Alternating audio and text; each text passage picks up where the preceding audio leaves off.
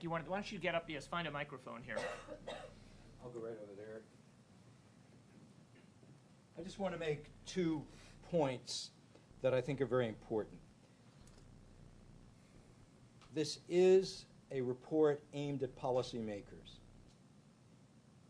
The NGOs are offered some suggestions in the report, and the key point here is that we believe, not too far into the future, politicians will be punished at election time for failing to act early enough in public health, prevention of terrorism arising in areas that we have neglected, and the weakening of commercial prosperity because of lack of access to crucial raw materials. This, in our view, will be a very new situation, very different than what we experienced in the past. And the old alliances of religious groups and those who act on the basis of their moral principles to seek more foreign aid, more humanitarian assistance, and, if necessary, military intervention in rare cases, worked up to a point, but today circumstances are changing. And that's my second point and last point in this comment. I hope everybody heard what General Dallaire was saying.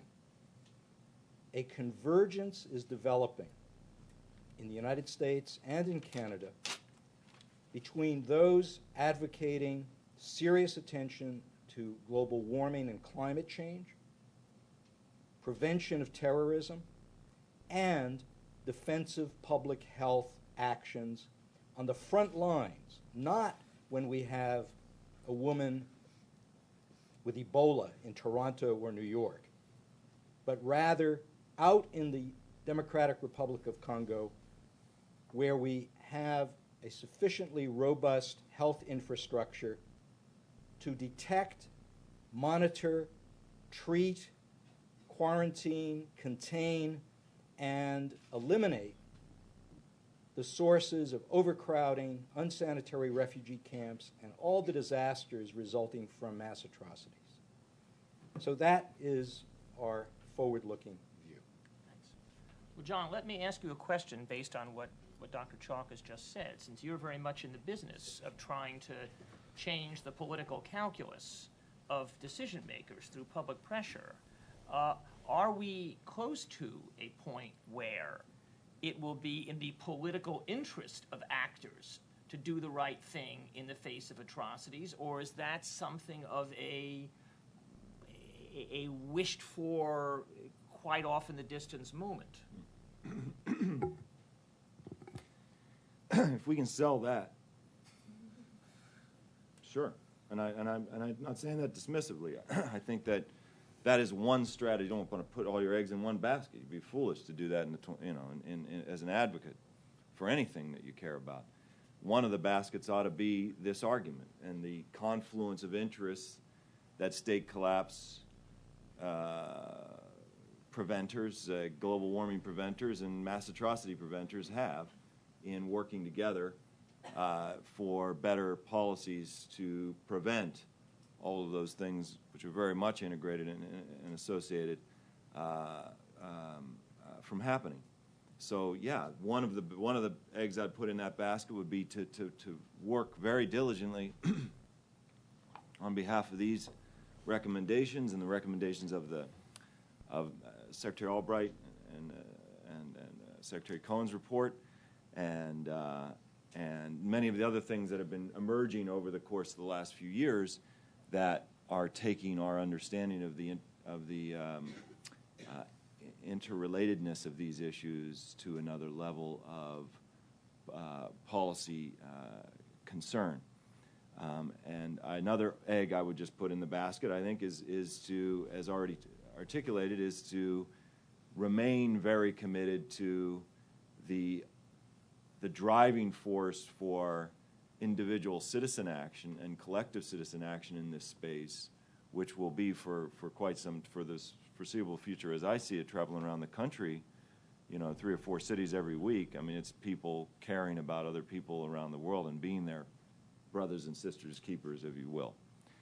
A third egg one would want to put in the basket would be certainly, and this report deals with it, and I don't know if we'll get into it more, is organizing the government, continuing to learn from efforts to reorganize over the last 2 or 3 administrations, to continue to fine-tune how one does arrange the interagency process so that the information gets to people that actually can make decisions, that there aren't people blocking, or there isn't a structure that doesn't help that information flow, so that at least people at the highest levels can have the decision in their hands and the right variables in their hands to make those decisions. I think we're in a great position now. I think we have a number of people at the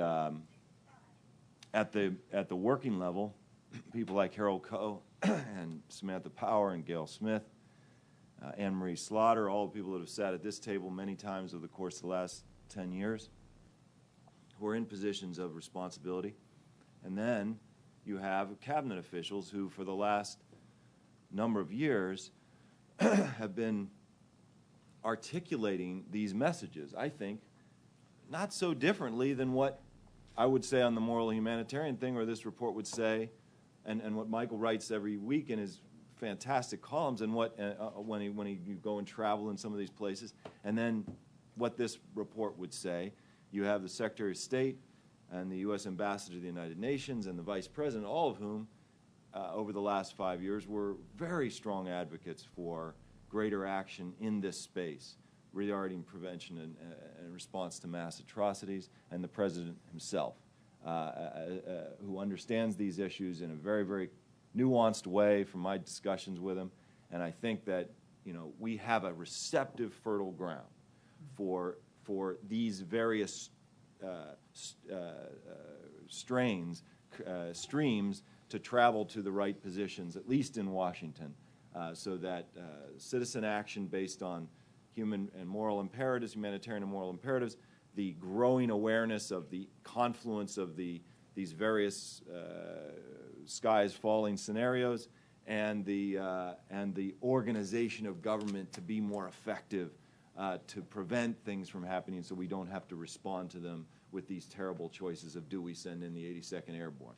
So I think that this is a great time for this thing to come out. It's a great time to debate and discuss these things, but it isn't an either-or. Like, I think we need to be thinking about all these things, or else we will fail. So a couple things. One is, does that mean that we really are no longer in the 1994 moment, when it would be perfectly plausible for a president to say, look, we know the truth. We know that a genocide is going on, but we have no dog in that fight, or whatever the expressions. So question one is that already, thank God, in the past, for whatever reason? Question two is, as General Dallaire said, the goal here is not just to talk about military intervention. Those of us who have been involved in R2P try to make this point constantly. But my other question is, along the same lines, if and when it does come to such an intervention, is there a greater willingness today, probably owing to the terrible number of deaths that we've suffered in Iraq and Afghanistan, is there a greater willingness today to contemplate the idea of sending our young men and women into harm's way for this other purpose, which is not obviously self-defense, though it may have a national interest element? Is there a greater willingness to do that today than there was then, such that, once again, Clinton's political calculus, I'm just dead if I send these guys in and anything happens to them, no matter how much good it does, that political calculus is no longer as acute as it was before? And I'd be very happy if any of you would answer that, especially while I turn off my phone. Very bad role model for the rest of you. I would like, if I may, in a preliminary way, say that I remain amazed at how the American people have stoically sustained the level of casualties in Iraq, as an example, and are sustaining them in Afghanistan, because it is a world different than 1994 and Black Hawk Down in regards to our willingness. Now, that was closer to Vietnam, and there was a whole other series of parameters. And I spent a year with the Marines here in Virginia, in Quantico, and a lot of my classmates were Tet Offensive guys, and they were, by the time into the 90s, they were 2- and 3-star generals, and so conscious of it, but there seems to be a preparedness by the people, the families even. We're seeing from our casualties in Afghanistan now, which are proportionally very high, that the families continue to support these complex missions and so on. But where there seems to be a bit of a breakdown that's starting to tread that is the fact that we don't necessarily know exactly what we're doing in this new era of use of force. In as much as we achieve the apogee, the epitome of classic use of force in the end of the Cold War, and I mean, the first Gulf War was the test of it. But since then, we've been in a whole different set of parameters of use of force, and in so doing, we're still trying to figure out exactly what the doctrines are, what are the other means that are there before you use that force. Is the threat of use of force stronger now because we're putting more soft power stuff up front? And if we have to intervene, it is because there's been a lot of soft power work that's been perceived as trying to touch all bases, and it simply failed. I would contend that we're in a period of on-job training, of even ad hoc-ry in many cases, and lessons learned, and that we're just starting to figure out how to protect civilians. Not how to blow away the whole place and then rebuild it. How do you protect civilians while you've got the NGO work going, the nation building going on, the governance, the gender equality, schools, everything else? It's all going on at the same time. And from 3 Block to Petraeus, we're just starting to grasp that. And so I think that people are maybe accepting a bit that it's complex, and that the aims are good, but it's not just because the military are there. There are other players that are trying to help solve it also. Yeah, I generally agree with that analysis. I think that we've shown in the last few years that Americans have almost no tolerance for casualties when efforts are purposeless and have very little prospect of success. And then when there is a kind of serious strategy that achieves results over time, even if it requires patience, Americans seem to be willing to do that. It's not it's an understandable kind of reaction. And I do think that General Gates and Petraeus and Odierno and others, and hopefully McChrystal now, have really, after really 3 years of very difficult adjustment for the U.S. military, have begun to affect the way promotions are done, the way training is done, in a genuine military revolution as we approach effective counterinsurgency operations. And I think that's a big deal. I don't think people should. We've proven an ability to learn lessons at some level, and even though they only still probably half or 3/4 learned. But I still would argue that in this area of intervention in particular, that there is a big international gap.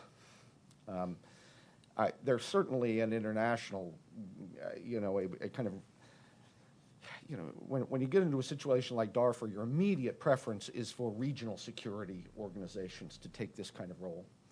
And in Africa, they really have lacked capabilities in many ways, even though some Rwandans and others have shown great will and enterprise and in many ways performed beyond their equipment. Their regional organizations have been comparatively weak. In Asia, they're non-existent when it comes to these type of issues. The United Nations, I'm not a skeptic in many areas. I think it's irreplaceable in many areas, but it's designed for inertia when it comes to military interventions because of the nature of the Security Council. And I think it's a very difficult situation to try to get the will to do timely intervention in these circumstances. And then I look at my own experience. You know, people may not see it from the outside, but from the inside, the U.S. military is deeply resistant for this type of activity. They don't regard it as their primary mission. It's often in the shadow of other events, whether it's, you know, Afghanistan and Iraq or other things. They're not. They don't do very much planning related to these issues. Basically, in my experience, because when you do a plan, you might be called to, you know, fulfill a plan. And we found, for example, just to use one example, the military deeply resistant to intervening in New Orleans during Katrina. You know, they did not want to play that role, policing role, and roles that it did not regard as its natural sort of element. So there's a deep institutional resistance on the part of the U.S. military on these matters, and it just leaves a huge gap. It's a gap that realistically is probably filled by coalitions of the willing, that you want to be as broad as possible. That is the meaningful, effective technique that we're left with in many ways to do this kind of activity. But that, in the aftermath of recent years, is also a difficult option. John, do you want to? I think, John, if you wanted to speak, especially to this, I know the report is based on the United States and Canada, but obviously the international gap that Mike was talking about is really critical in all these matters as well.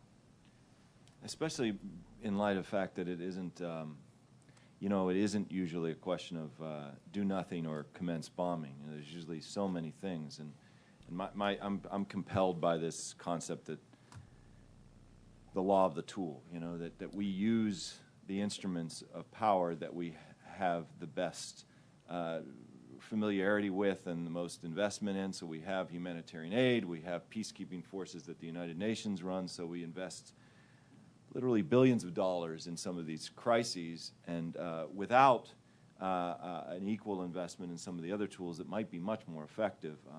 Just thinking about how you can create a cost. Somebody mentioned on this panel correctly that influencing the calculations of would-be committers of atrocities or those that are planning atrocities is done with very specific policies. It's done with the certainty of some measure of accountability. So investing in building the capacities of the ICC and other forms of accountability, I think, is utterly important over the next decade for a preventive regime. Improving our capacity to seize and speed with which we can seize assets. We do it well with respect to certain persons of concern in the counterterrorism arena. We don't do it very well at all for those that would commit genocide or crimes against humanity. And so expanding and being able to seize businesses, to seize houses, to seize freeze bank accounts and the other kind of things of people who are of concern to us, which requires investing in the intel work that helps identify that. And as we search for a mission, the United States has created a command for the military now, AFRICOM, which is searching for a mission. It spends half its time irritating the living hell out of all the development professionals as they try to push into the whole arena of provision of humanitarian and development assistance, I think very, very inappropriately at a much higher cost basis and far away from the core mission of the United States military. You look in the region, for example, that I'm most familiar with in Central and East and the Horn of Africa, the deadliest war zone in the world by far over the last 2 decades. And you see a fairly large contingent of American soldiers in Djibouti, and you have regular visits by AFRICOM as they try to figure out what they're going to do. And they spend all their time talking about inoculations and all this other stuff. Very fine. Can be done for 1/5 the cost and much more efficiently by development professionals if good management is involved. And secondly, you have the LRA running around causing hundreds of thousands of new displaced people in the jungles of Central Africa. You have the FDLR out there, which the effort to try to zero in on them has caused, as Most people probably wouldn't know that it focused on national security. 800,000 new displacees in Congo in the last 7 months. This is cataclysmic. Human, what are we preventing? It's happening. So there is a role for the U.S. military to help support the kind of commando operations that would be necessary to target the leadership of some of the groups that do the most damage. When we talk about genocide and crimes against humanity, these aren't people, solely people sitting in offices in New York City. We've got to go after some of the perpetrators, or at least have a credible threat of going after, so you influence calculations. That's what I think a lot of the kind of investment we ought to be making now. Invest in the tools that will actually help us succeed in preventing and responding to mass atrocities. The law of the tool will then drive policymakers towards successful instruments, because they don't want to fail. That may be the largest motivator of any politician. Why would you want to fail? You'll invest in success when you can see that those instruments are succeeding. Those are some of the things that could actually succeed today. We ought to be investing much more in those kinds of things, and not spinning around looking for new justifications and new missions. Okay, I think we should talk about this question of tools and responses, but General Dallaire, there was something you wanted to add. Well, the politician needs to comprehend the tools that they have to be able to take the decisions as responsible leaders. And so you want to give them a warm, fuzzy feeling that what they're going to be deciding and sending in is going to work. And it is quite responsible on their part right now to be worrisome about the use of force when you are in these complex scenarios that we see out there. And what force do you use? Do you use a regional force, and how do you build that up? I mean, within days of Rwanda, everybody said, well, it's an African problem. Why don't the Africans take care of it? Knowing full well that we never gave them the capability to do it, because we're always worried that the Presidential Guard will take over the country. So we made them ineffective, and then we also didn't want to go in. But in this era, and this is, I think, the point, is that we entered a new era with the post-modern and so on. And in this era, the use of force has taken on another dimension that, the old war horses and Cold War horses don't want to fiddle with. And that is that generals who know only how to fight are a limited asset to great nations who want to go in and prevent and ultimately stymie these catastrophic. What you need are people who can, in fact, in extremis, be able to be credible to fight with the, but have a whole series of other competencies that are able to integrate with other disciplines to bring solutions. And so I'm a great proponent for AfricaCom, because I think that what they want to do is assist these nation states and their militaries and security forces to be able to work towards these new tools. Problem is that the doctrine is not written in the U.S. yet. So we've got a capability, but there's no doctrine. In 1999, I was given responsibility for the reform of the Canadian Officer Corps after Somalia, and we had serious problems of leadership and ethics in Somalia. And one of the elements that came forward is that you teach them the warrior ethic and the skills and competence and give them the tools, but you also inculcate in the leadership sociology, philosophy, anthropology, so they understand what's going on, so that they can, in fact, participate in providing innovative solutions with others, and in so doing, keep that use of force farther back, and yet be credible within the structures of nation states that still exist, which means that there are still police and still militias and things like that. But that can only be the military. I think the NGO community needs to adjust. I think the diplomatic world has got the nation-building world to be able to work integrated together. And so I give you an example of child soldiers, of which the Institute here is supporting my research work on that. I mean, there are over 30 conflicts where the primary weapon system is a child with an AK-47, and hundreds of thousands of them.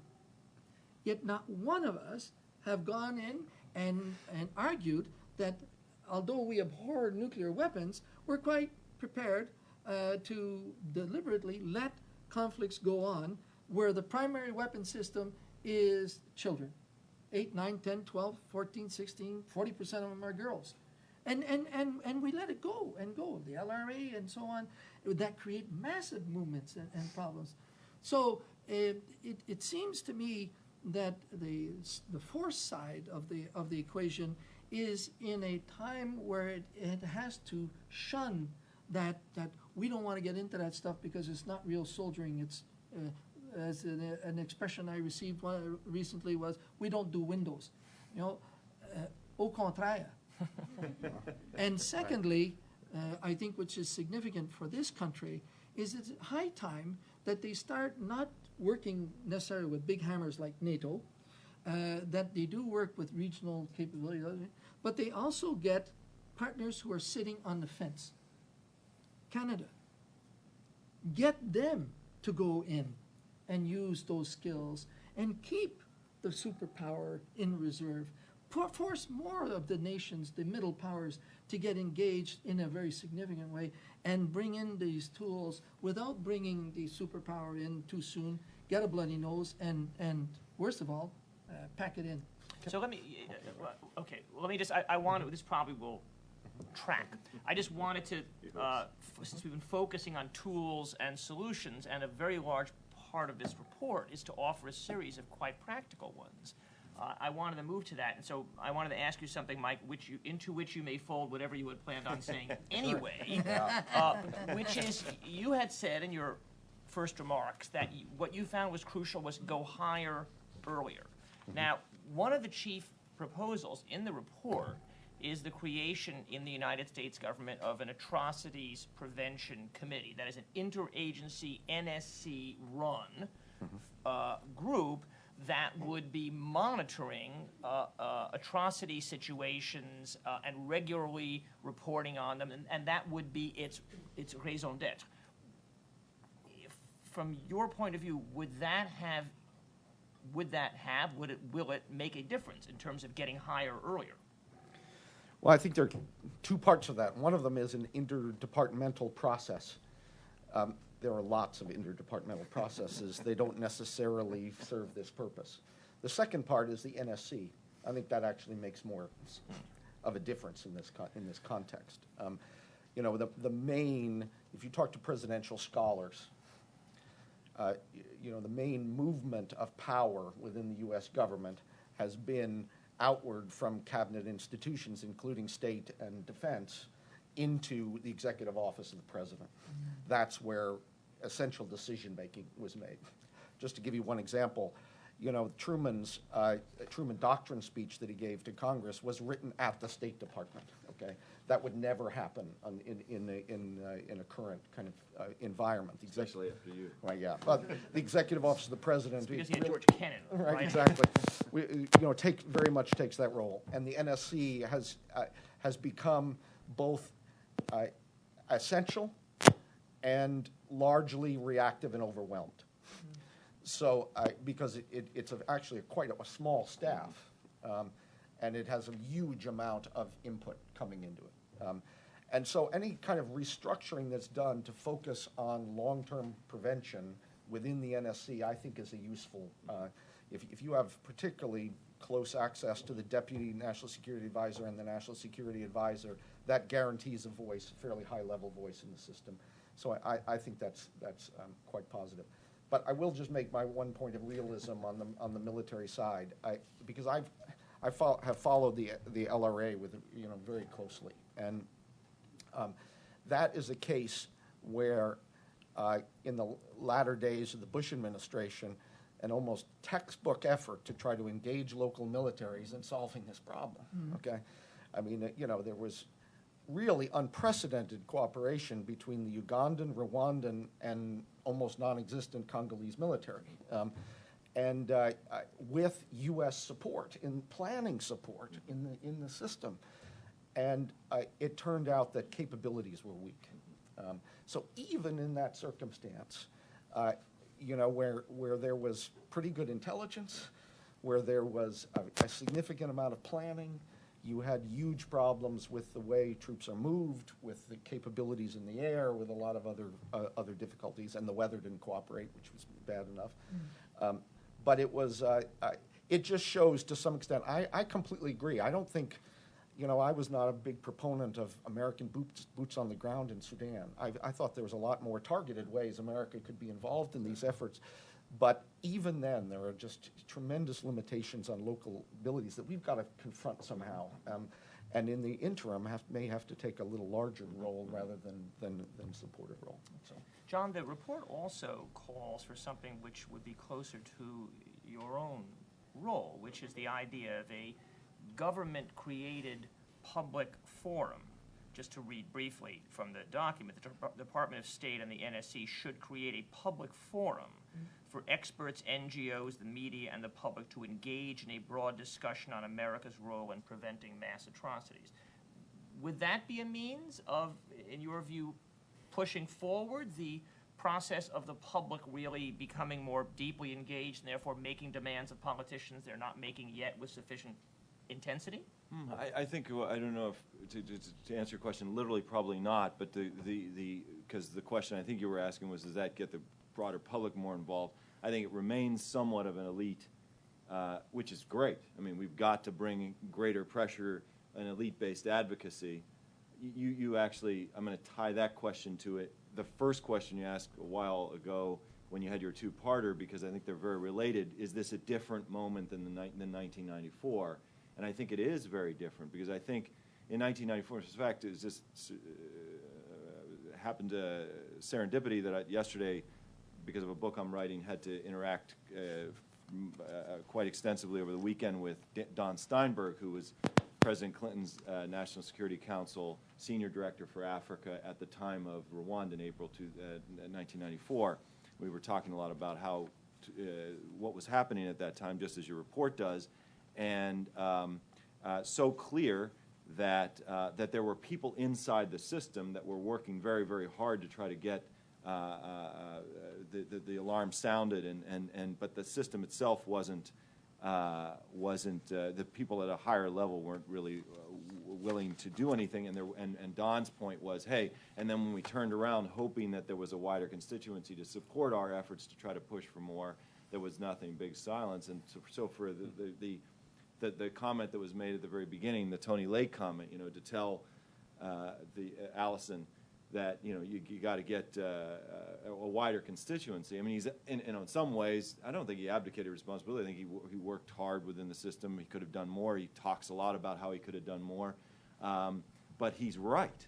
Unless there was a wider, why would Congress? Congress was yelling at the administration not to do anything in Rwanda because of what had just happened in Somalia. So you would have had to have a countervailing public effort to overcome that.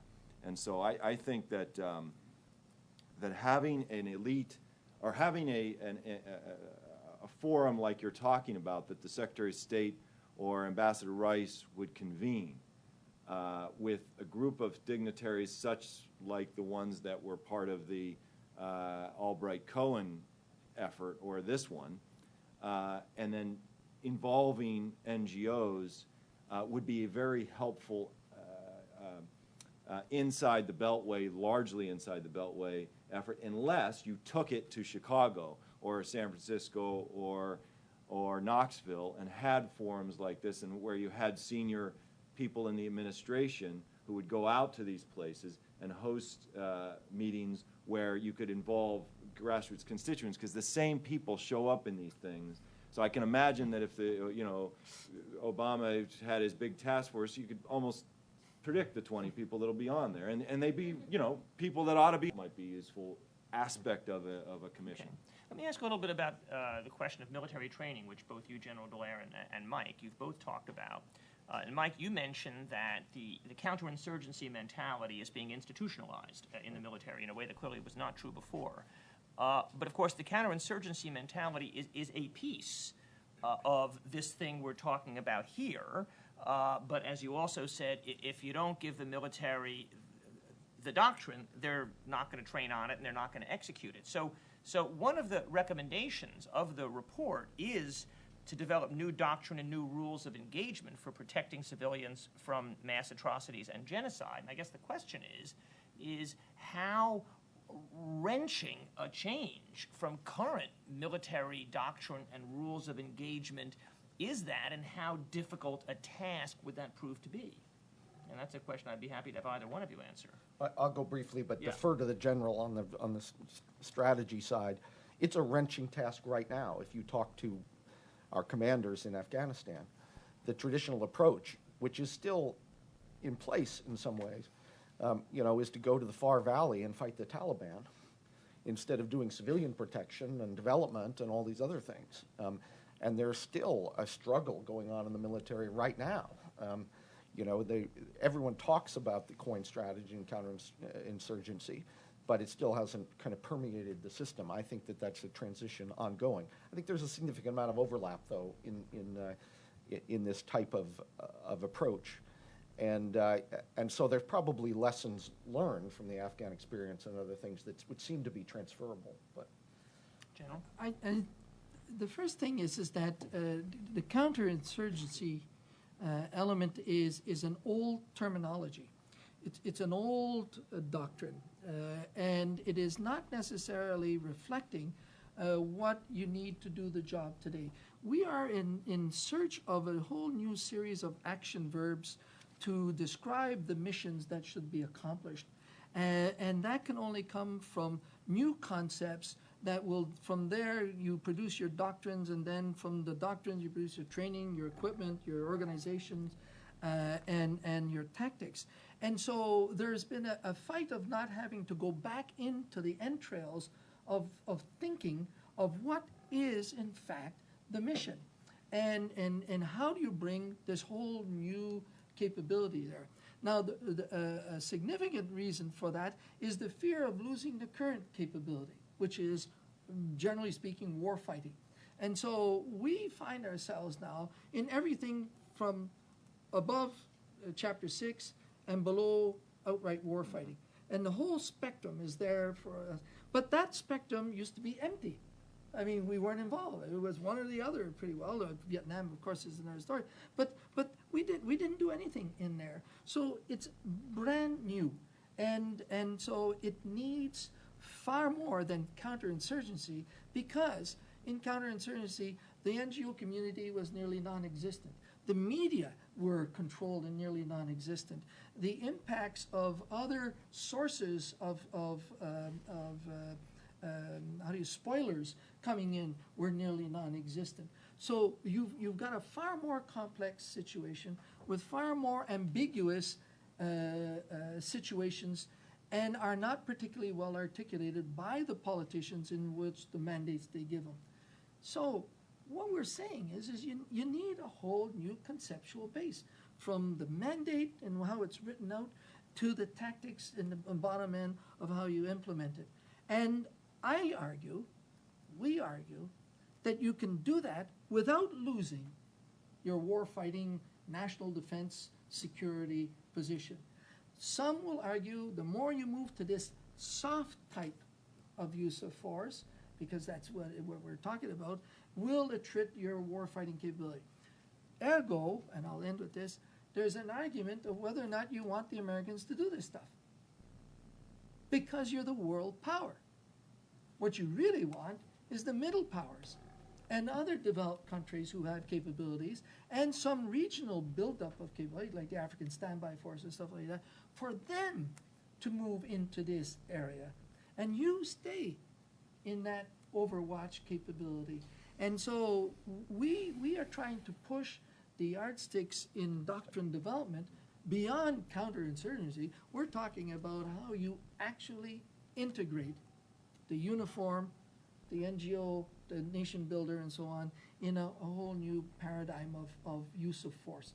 And I think that it is natural for the military and those who are involved in defense in this world power to be worried about going down that route, because it is not, in my opinion, the grand responsibility of this nation to do that. It is to influence others to do that as you hold that ultimate, and I'll say the ultimate hammer. So let me, before we turn to the audience for questions, I know Dr. Chalk wanted to have a word, so why don't you speak, and then we'll And so then folks who do want to ask a question can begin to line up at either of the two microphones. Do many of you remember the Marshall Plan? Was it sold on the basis of moral and religious obligations to the people of reconstructed Europe or devastated Europe? No. I was in elementary school when it was presented to the American people. I was in the Bronx in PS 64. And it was sold to us and our parents and grandparents on the basis of protecting ourselves against a communist Western Europe. And there was a reality to that.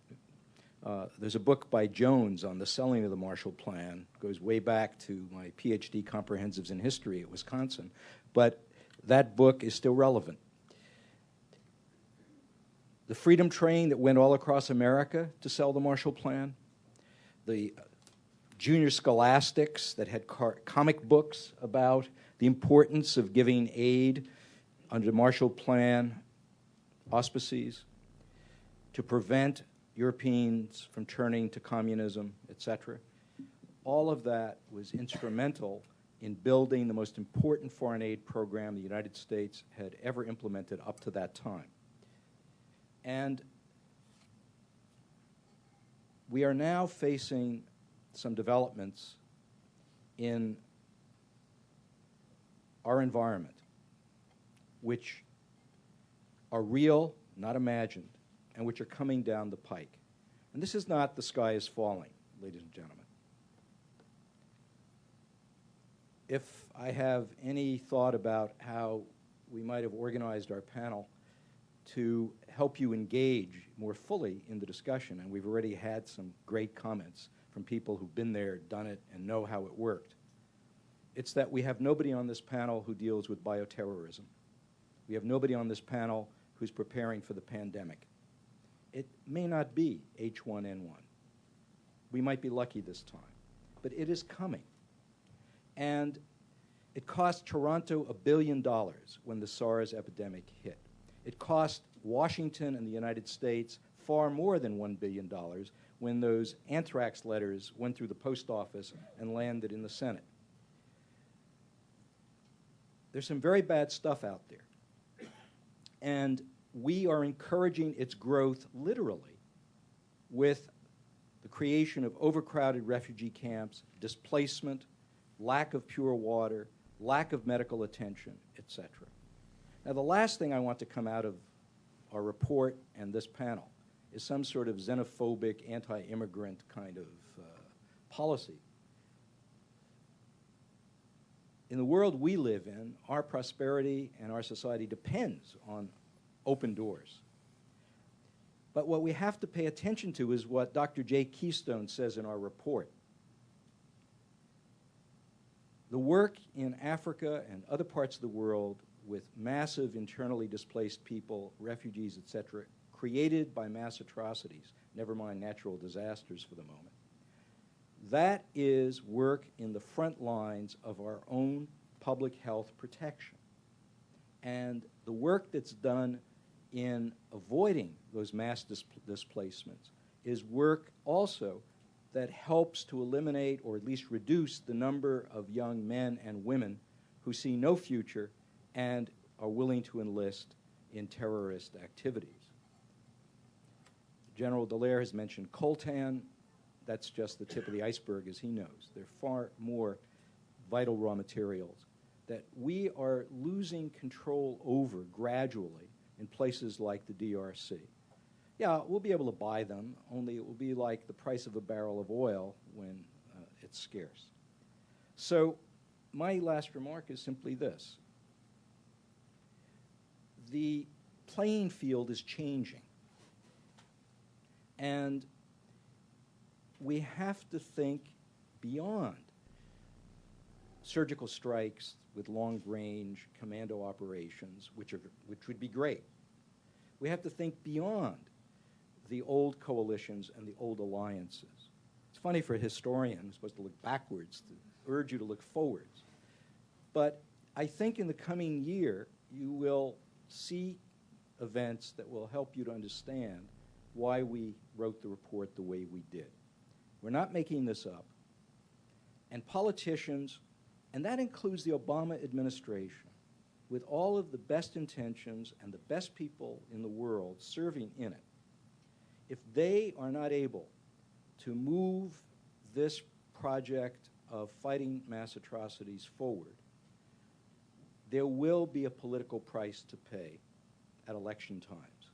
Maybe not the next one, but certainly the one after the next one.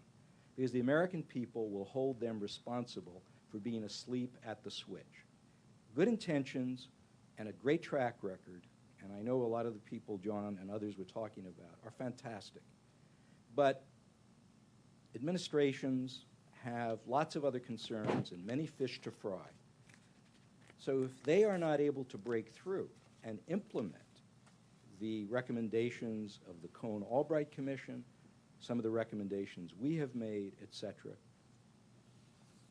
lest they mistake what we're talking about, the voters will turn on them. They will look like those who failed to prepare America's defenses in past conflicts. And that's the level I'm talking about.